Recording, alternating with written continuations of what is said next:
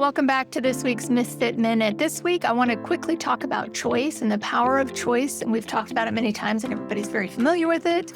But the power that choice gives in eliminating or reducing the pushback for some students and how simple such a strategy can be. So rather than giving an express demand that we may not think is a demand, just the next thing we're doing, for some students, that's automatically, I don't want to do that. I'm going to push back. I don't want to do what you told me to do. So for some of our students, and think about the exact students you might want to try this on, but for some of our students, we need to offer choice and autonomy and as much power in their day that we can. And so one way to do this is to think about whatever situation is coming up, schedule change or an expectation. What is the end goal, the most important thing that you want from the student in this? If the most important thing is compliance, then we're going to put that aside and talk about that at a different time. But if the most important thing is that they're participating, they're sitting down at circle, that they're engaged with a positive attitude, what are the most important thing to you at this time?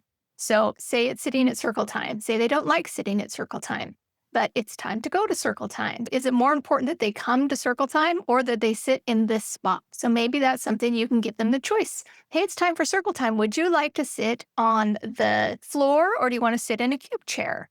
Do you want to sit next to Emma? Do you want to sit next to me? So whatever choice that you can give them to take away some of that pushback that you might get, gives them power and autonomy to make that decision. Here's another thing that happens all the time. Put away your things and line up. So that's a demand, and some students automatically are going to push back. You've drawn the line. This is what I have to do now. I don't want to do it. So maybe it's like, do you want to put your book away first and then line up? Or should we line up and then we can pack up when we come back in?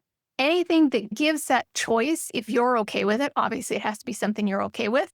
But thinking about what can I turn this into, how can I turn this into a choice for them to make with something that I think is acceptable to me and will eliminate and reduce some of the stress that comes with some of our learners.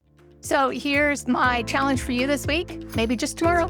Write down one directive or think about one directive that you may not think is a demand, but is, and how can you reword it for somebody in your classroom in such a way that you turn it into a choice that you're happy with that may reduce some of that anxiety and pushback from them. So hop over to the Misfit Behaviorist Facebook group and pop in there. Did you try this strategy? Did you take something, a benign directive, and turn it into a choice for a certain student? Did it make a difference for that student in that situation? Sometimes it does, and sometimes it doesn't. And we can talk about some of the best ones and problem solve with you for ones that aren't working. See you again next week.